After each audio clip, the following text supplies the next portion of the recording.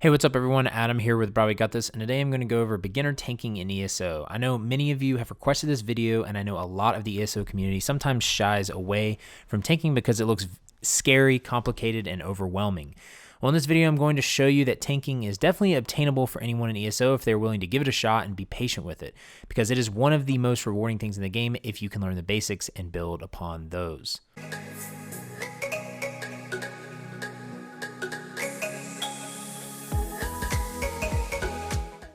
Before we get started, I do want to remind you that if you want to watch me play live, I stream on twitch.tv/brahwegotthis every Monday, Tuesday, and Thursday at 9 p.m. Eastern Standard Time. You can come by and ask questions, hang out, and have fun.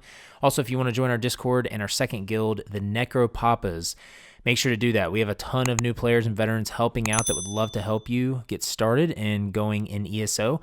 The links to the Twitch and Discord are in the description. Lastly, make sure to check out my Instagram and Twitter to stay up to date as well. Those are in the description as well. So we are going to structure this role guide like my beginner DPS role guide, which if you want to watch will be in the description. But in this video, we're going to go over what tanking is, including the taunt system in ESO, the responsibility of the role or what it entails, the tips and strategies to help you get better at the role, and lastly, the beginner sets for tanks. Again, timestamps will be in the description.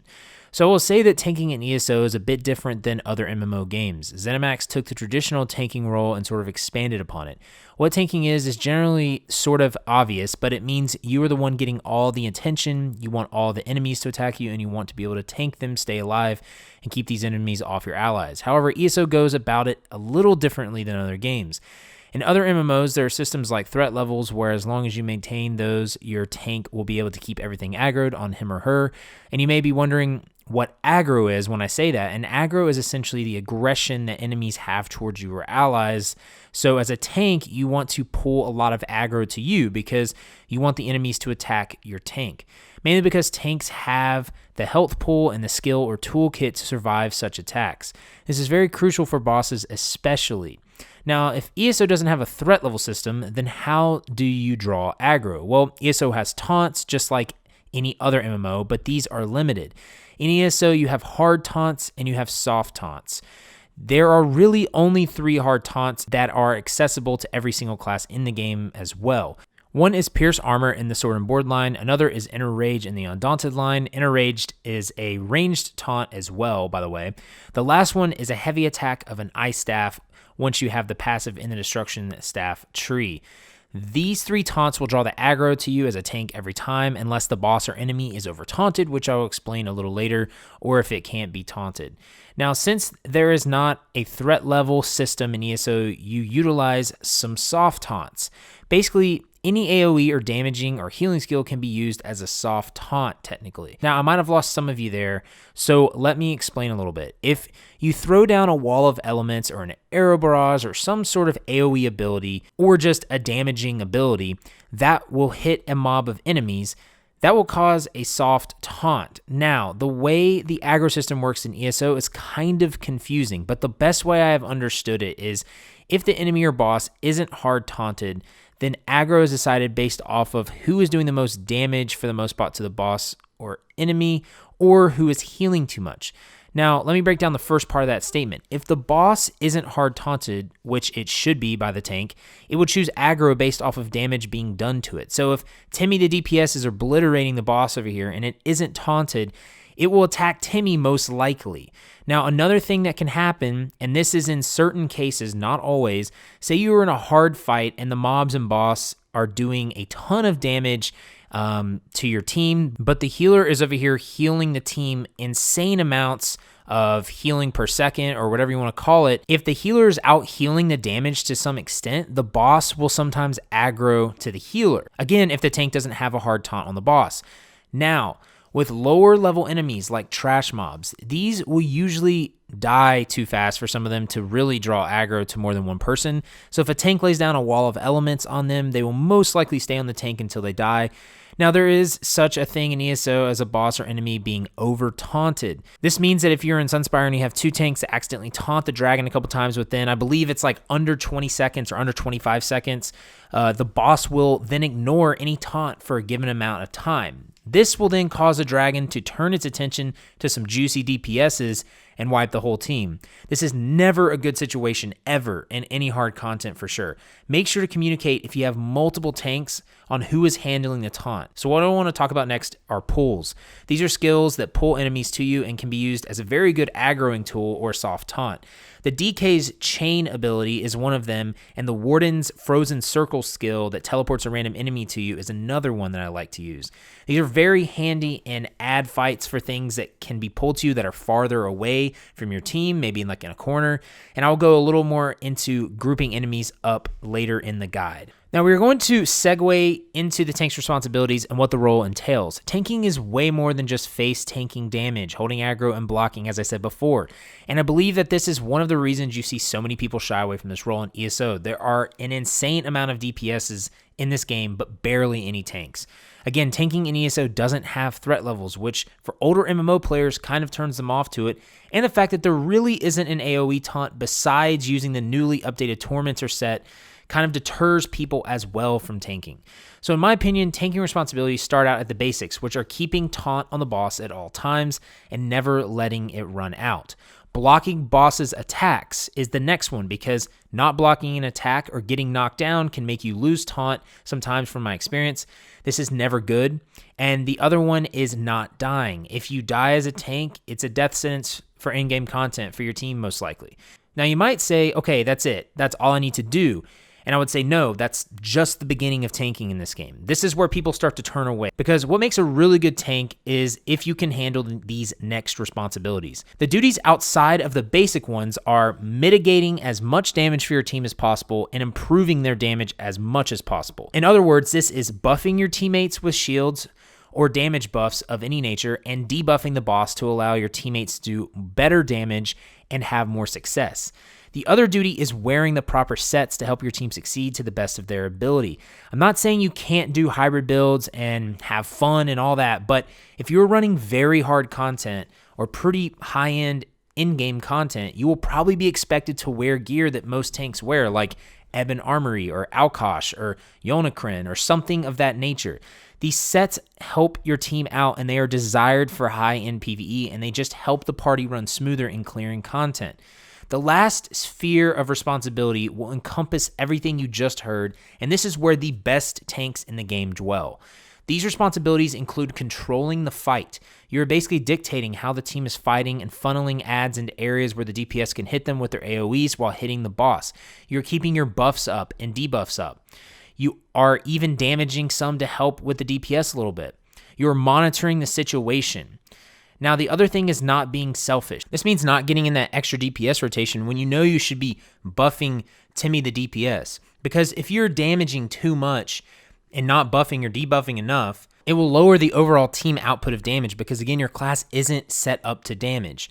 And honestly, I would say my biggest learning curve from when I first started tanking is most people that start out on DPS and try to make a tank, they will be used to doing a rotation, and they are used to damaging the boss. Well, as a tank, you have to clear all of that and realize you aren't there to do damage, especially in ESO. You are there to grab aggro, block, buff teammates, debuff the enemy, control the fight, and monitor the situation. You have to start out at the basics, though. You can't go immediately to doing everything because it will get frustrating and overwhelming. Start at the basics and build from there, because, again, what makes the best tanks in this game is, it's one thing just tanking the boss, but if you're able to pull adds to the boss, if you're able to control all of them and make it as easy as possible for your DPS, you're going to be even a better tank. So start at the basics and build from there. Next, I'm going to go over the tips and strategies to help you master the basics of tanking, improve your tanking skills, and give you some pointers on some things that you need to be aware of when building an actual tank. So the first tip is pop or use your buffs before a boss fight. So if I'm using my Warden, I will pop my Ice Fortress and my Betty so the buffs are running and I'm not doing that in the fight when I should be debuffing, blocking, or taunting. So the second tip is knowing when or what taunt to use and what to taunt. What I mean by this is when you are about to fight a boss or run into a trash mob, knowing which taunt in your toolkit is best is beneficial.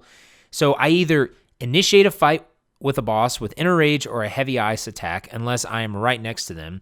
The reason being is because I don't like to take the chance that someone else in the party accidentally draws aggro first, so I either lead with the heavy attack or inner rage if I am at range, or pierce armor at close range. Sometimes I will use wall of elements the boss to get the soft aggro and then run in and pierce armor to get the taunt. Now, when you are in trash mob fights, you don't need to necessarily hard taunt every enemy. These mobs will die usually pretty quick, so it's just a resource drain if you go around pierce armoring every single enemy. So what I like to do is I soft taunt mobs with wall of elements, or one of my pulls that I was talking about to you before. That way I gain their aggro briefly. If there is, like, say, an elite ad or enemy that has more health, I will always taunt those and get them on me. These are pretty obvious when running content because these will take longer to kill. They have a different health bar. An example of elite enemies could technically be like clanifers, and trash ads could be technically scamps or something like that. Then the last thing with taunting tips are when there are two bosses, or you are taunting a boss and an elite ad needs to be taunted to in a fight, utilize your ranged taunt. Don't run over and pierce armor it. Use your heavy ice attack or inner rage, because you don't want to move the boss over necessarily. Sometimes you want to either bring that enemy to you if it can be brought to you. The third tip is blocking and knowing when to block. Blocking will consume stamina, so you don't want to just hold block the whole fight, because 1, you will drain stamina, and 2, you won't use any other abilities. So most of the time, bosses will have sort of a rotation as well. They will do some abilities, they will do some attacks, and then they will charge up a heavy attack. When they do this, you will see these yellow lines around them. It gives you a solid amount of time to react. If you time this up very nicely, you can fire a skill before blocking, just as long as you click your block before the lines or boss release its ability. Blocking is so crucial because if you don't, you will either die or get knocked down, which will be bad news for your team because you will lose taunt or some sort of thing like that. I think these lead nicely into tip 4, which is learn the mechanics. Tanking is the best way to actually understand the mechanics in ESO. Some content your team will burn through mechanics, but when you get into the more challenging things, you will start to see mechanics a lot more. Call these out to your teammates. Let them know if there are any ad phases or if the boss is doing a wipe mechanic. As the tank, you are the leader of the group. Most raid teams have the tank lead the raid. So the best way to learn is failing sometimes. Try out hard content, see what you're doing wrong, and correct it. Tip 5 is turning the boss and enemies away from the group. When you taunt a boss, especially in a trial, almost every time you want to taunt the boss and turn him or her around facing you but away from the group. Because if you taunt them and group members are behind you and the boss does an attack, it could kill your members as well. Now, it is still the DPS and healer's responsibility to not stand behind you, but turn the boss around and keep them there if you can. Tip 6 for taunting a group of enemies, whether you soft or hard taunt them, what I like to do is lay down an AoE and run by the enemies. Grab some ads behind them by using an AoE, then run back to where I was at. What that does is sort of brings the ads all to one spot where your DPS can damage them down quicker. This next tip plays off of that, and that is grouping enemies up or bringing ads to the boss. If you're fighting a boss and some ads spawn, what I try to do is I taunt those ads, bring them over to the boss, especially if they are higher health ads or elites.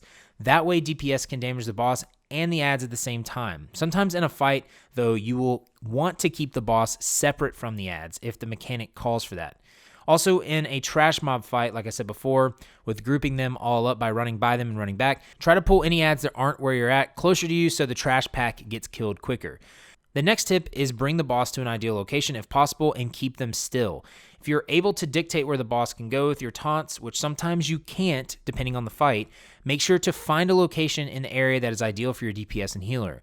Also, if you can keep him or her still in that same spot with taunts, that will also help your healer and DPS out. These sort of things are undervalued when tanking sometimes, but when a tank can keep a boss still, it makes the fight way less hectic in my opinion. Again, some bosses won't be able to have this happen, and it will take some practice.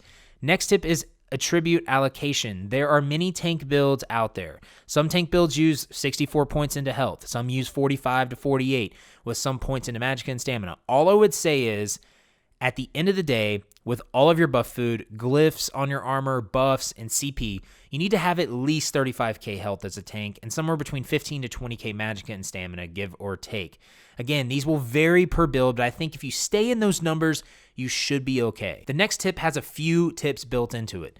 Don't spam skills, watch resources, and you don't really have a rotation. Again, I mentioned before that the most common mistake new tanks do is they try to play like their DPS class with a rotation. I did this too. I had to break from that. As a tank, you aren't doing a rotation really. You are reacting and controlling things. Yes, you will need to keep your taunt up, your buffs up, and your debuffs up, but sometimes you may need to use a healing skill for an ally. Sometimes you may need to dish some more damage or AoEs out.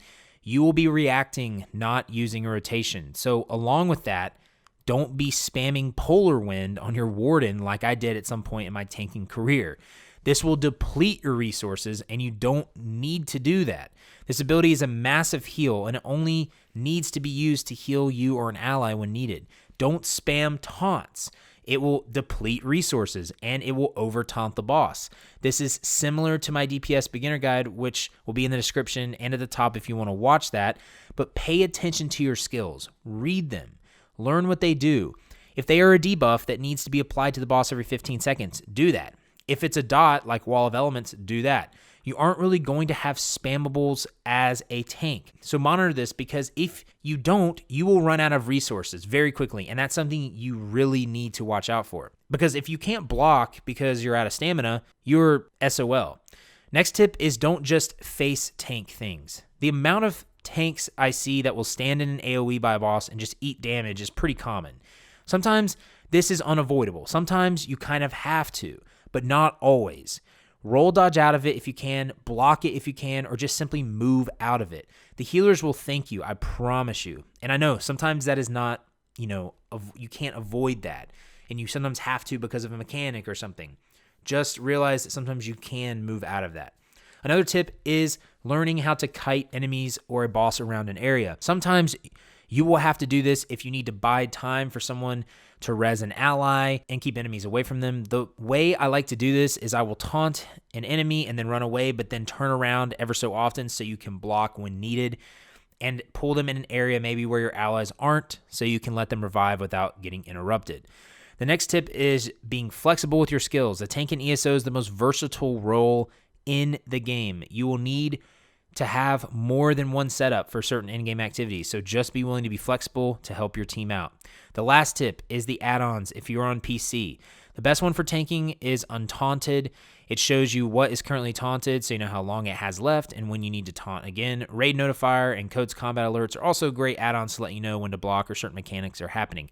I have 2 separate add-on videos that I will link in the description if you need help setting add-ons up. Check those out. Now, the beginner sets for tanks are as follows.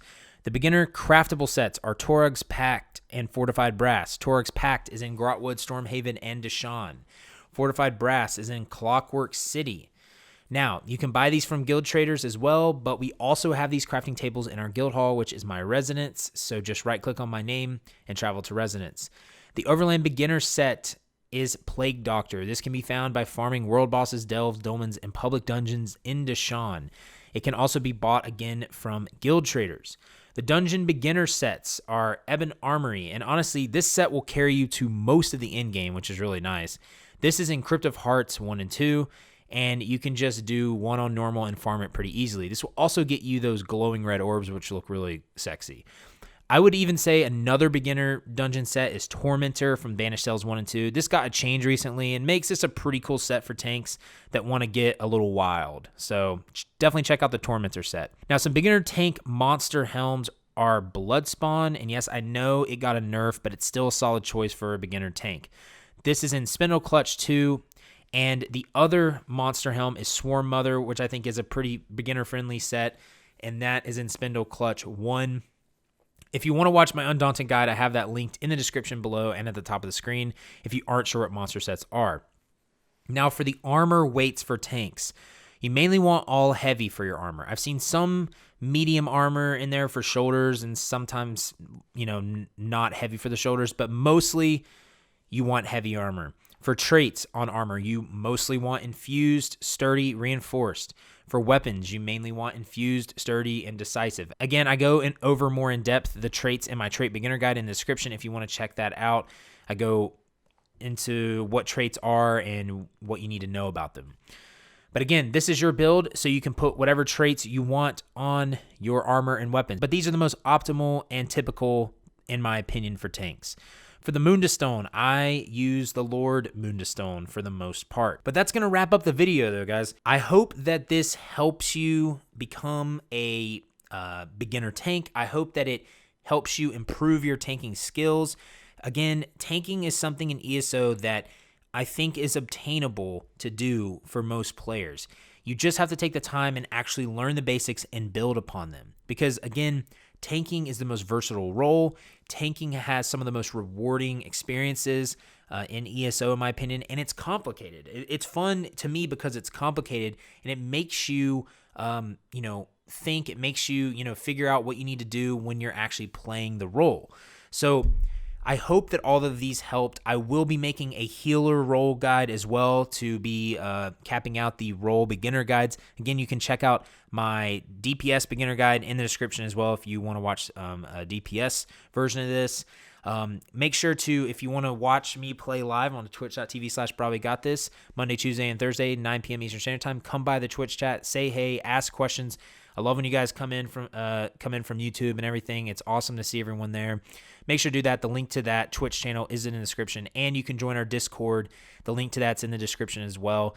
And again, our first guild is full, so send applications to our second guild in the guild finder or in our Discord. That is to the Necropapas. And make sure if you guys like this video to like, subscribe, share, heavy attack that bell icon to stay up to date when I release new content. And you can check out all my social medias in the description as well. But again, until next time, guys, remember to have faith, be great, and I'll see you guys on ESO.